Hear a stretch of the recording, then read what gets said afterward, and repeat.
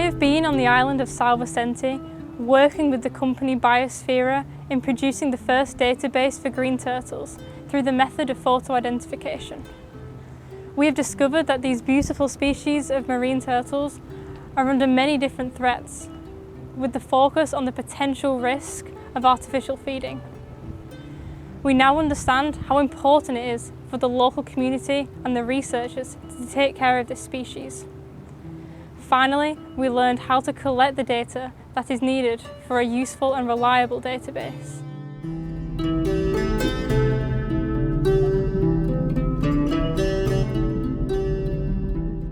This is from the right, this is from the left. So maybe it is, but it's... This turtle is the same. I think the lower the number, you want that. So to identify the turtles, we use this database. We upload the pictures of the turtles onto here, and then we mark out the 3 key points. We have the beak edge, the inner edge of the eye, and the edge of the outer scale. And then we trace round the face scales, and it creates this unique fingerprint for the turtle.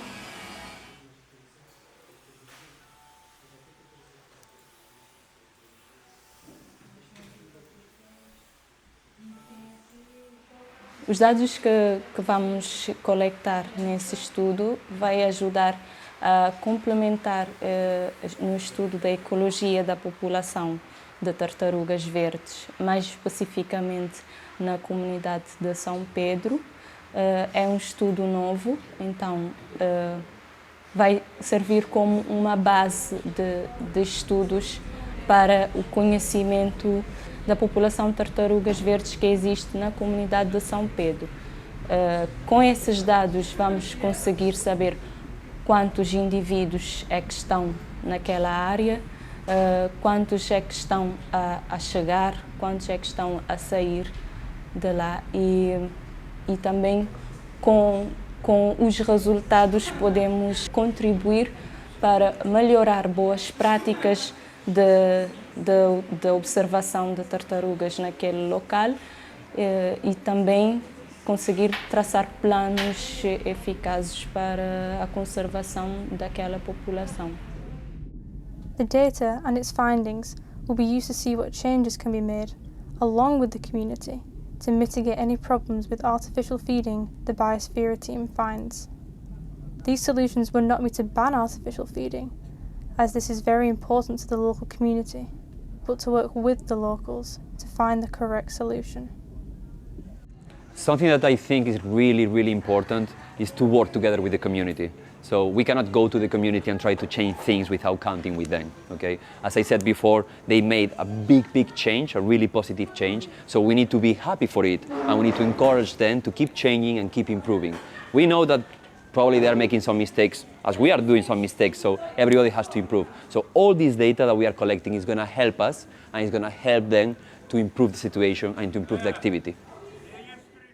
Infelizmente ali na Cape Verde, este tipo de trabalho ali, a gente depende de voluntariado e de ajuda externa, porque ali nem sempre tudo pessoas que ter interesse na fazer as coisas ali. Então, infelizmente, ainda não tem só ali que é a biosfera e por acaso está a fazer bom trabalho mesmo, não só a nível ali na São Vicente, como na Santa Luzia. Não pode dizer isso também porque é motivo mais lá na Santa Luzia, então, tranquilo. E nós agradecidos por estar ali a monitorar isso também. Artificial feeding is not a black and white issue. Biosphere's Green Turtle project is still under development and research is still ongoing. This means that it may take a while to see if there even are any consequences on the green turtles.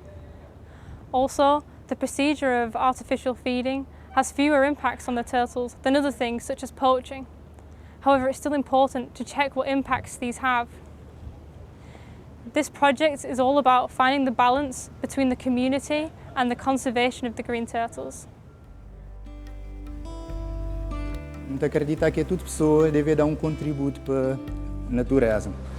Durante ano inteiro vou poder trazer que uma semana ou 2 semanas ou 5 dias, depende do período do período de voluntariado que está disponibilizando, acredito que cada pessoa durante um ano devia ter pelo menos uns 5 dias para fazer um voluntariado em alguma área ligada ao ambiente, porque a natureza que não tem um só, senão que cuidar dele, quem que tem que cuidar dele, então